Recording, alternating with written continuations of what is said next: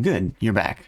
I'm Neom, and if you're watching this video on the day it comes out, then today is my anniversary. Exactly 1 year ago today, August 8th, I posted my first video, A Brief History of Punctuation. I didn't know it at the time, but I would very quickly fall in love with the video making process. But it didn't go exactly as I had planned, and my goal of 2 videos a week, totaling over 100 in a year, quickly got shot down when I realized I would be spending 20 to 30 hours on each one. And by the end of year 1, I've averaged about 1 video every 2 weeks, at a total of 27 videos. That being said, I am completely overwhelmed by the love and support that I've received on this channel. I went in expecting to hit maybe close to 200 subscribers within the first year, if I was lucky, but here we are 365 days and something between 600 and 700 hours of work later, and I've just hit 900 subs, with 1,000 coming up fast. The comments are still wholesome and helpful, the likes are flooding in one after the other, we're at over 50,000 views across the entire channel, and most importantly, my love of video making is only increasing. I can't lie. It would be awesome to get to 1 million subs, have a merch store, be sponsored by some cool brands, and make some legit money off of this, but my favorite thing will always be the relationships that I have with you, the viewers. That makes it all worth it. So for that reason, please consider subscribing and comment first 1,000 subs gang or something, I don't know. Here's to another year. I can't wait to see what happens. And now, for your pleasure, 365 days of Neom.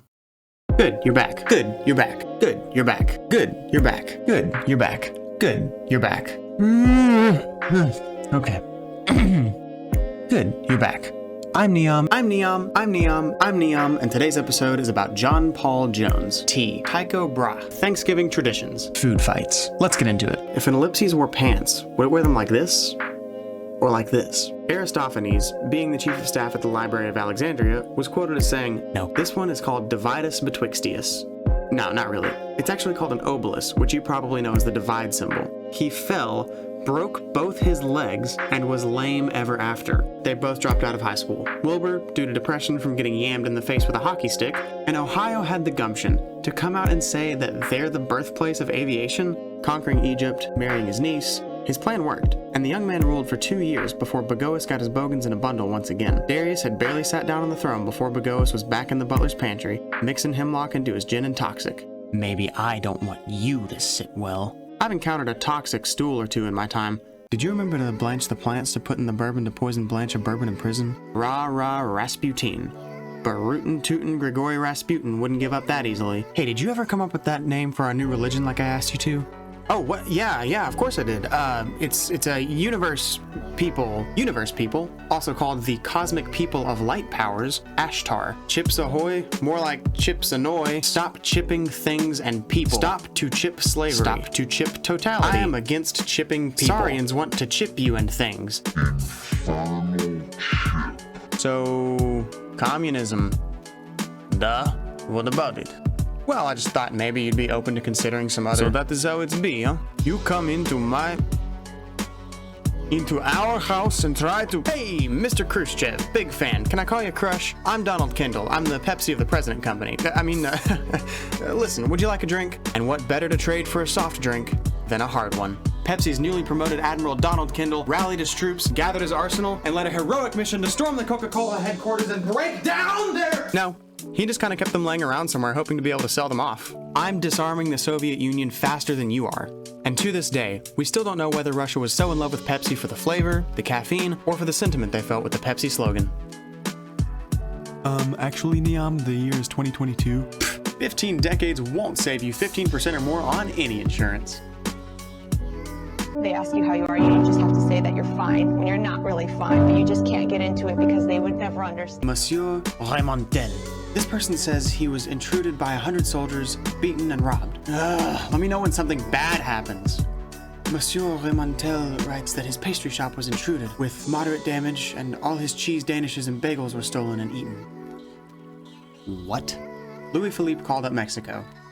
No, this was 1830 something.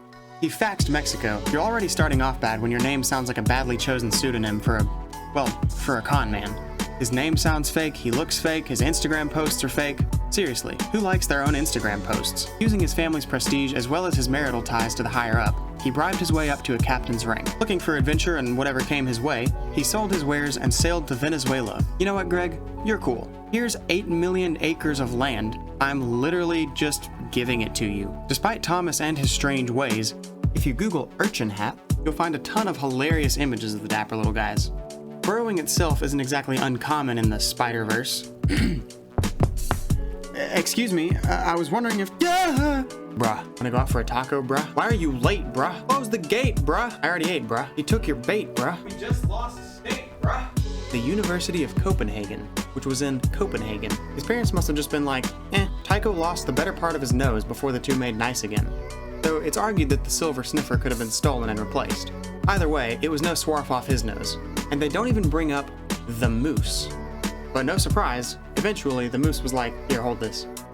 Having the executant little person eating off the floor isn't exactly what people of that time would have called woke. Legend has it that around 2750 BC, Emperor Shennong of the Han Dynasty was sitting in the shade near some bushes drinking some regular old hot water. I guess I should like this video and subscribe for more interesting stories. Yes,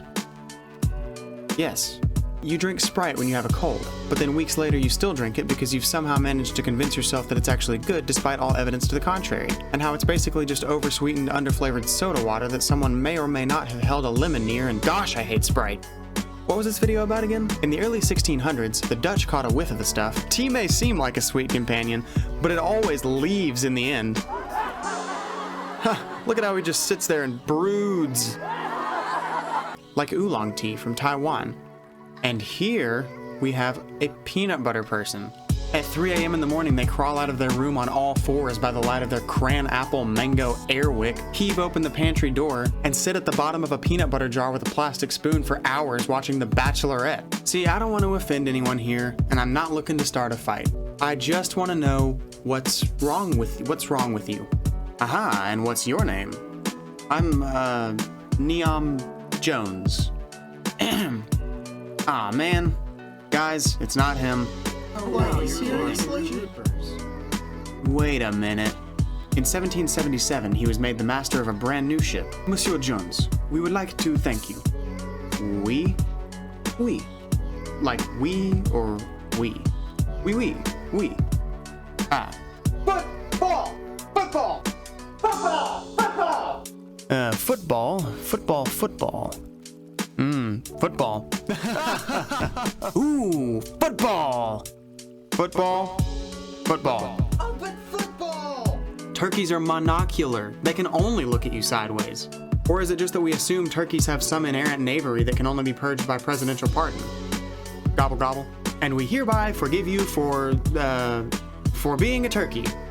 Am I supposed to even know what that means? What am I supposed to be grateful? I'm a turkey. I mean gobble. Hey, you were seen greasing up a turkey carcass and chucking it down aisle 9, you're fired. It's possible that this puddle was from a cup of lemonade that was thrown through the open window out of a moving car by the driver who was trying to kill a bee. But that's not very likely. Hey, what in the... Who beckons me, the spirit of King C. Gillette, from within these blades of steel, So the next time you and your friend are debating who would win in a fight between Dora the Explorer and the creature from the Black Lagoon, remember this rule. It's not worth debating.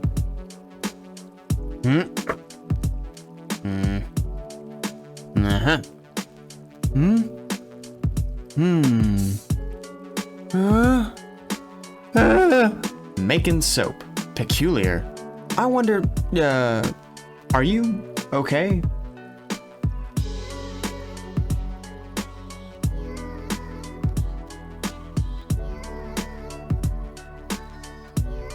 Dr. Edwards said that it was most likely horse. Or human. But hey, this was back when people thought cigarettes were good for you, so who was he to say?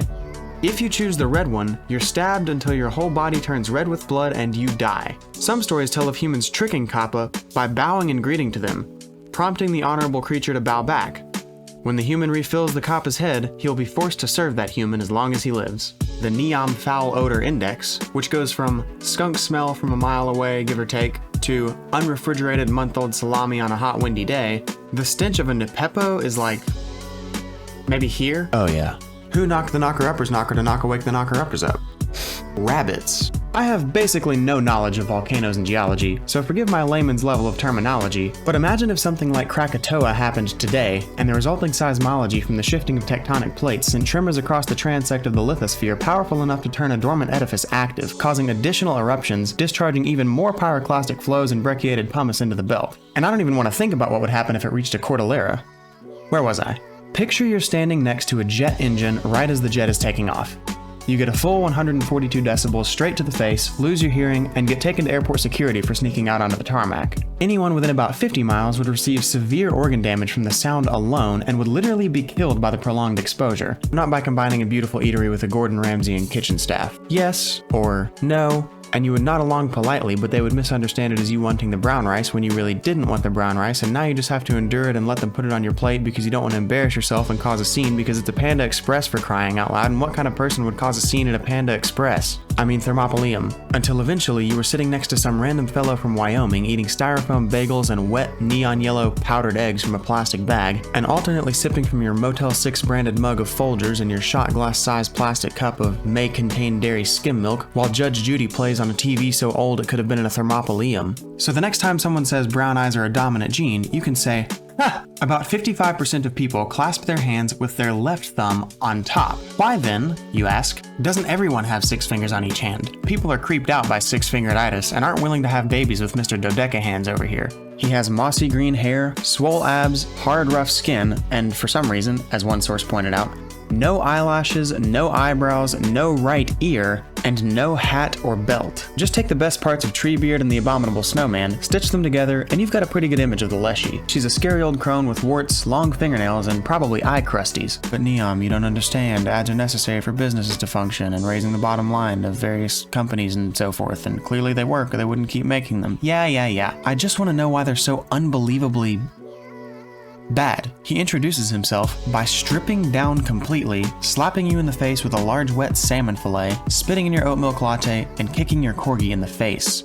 We really need more people like Reggie. They put their foot down, puffed out their chests, blocked the path of the Lincolnshire lorries, and said, "Not in Nottingham." A cheesemonger's history of the British Isles. They actually ended up killing an innocent man named William Eggleston. No joke. Simply because he was standing next to a pile of cheese. So basically, this poor man, just doing his best to lend a hand to the people and reinstate sanity, confidently braved the mass hysteria and strolled out into the street, only to be defeated by what must have been the biggest Parmesan in history.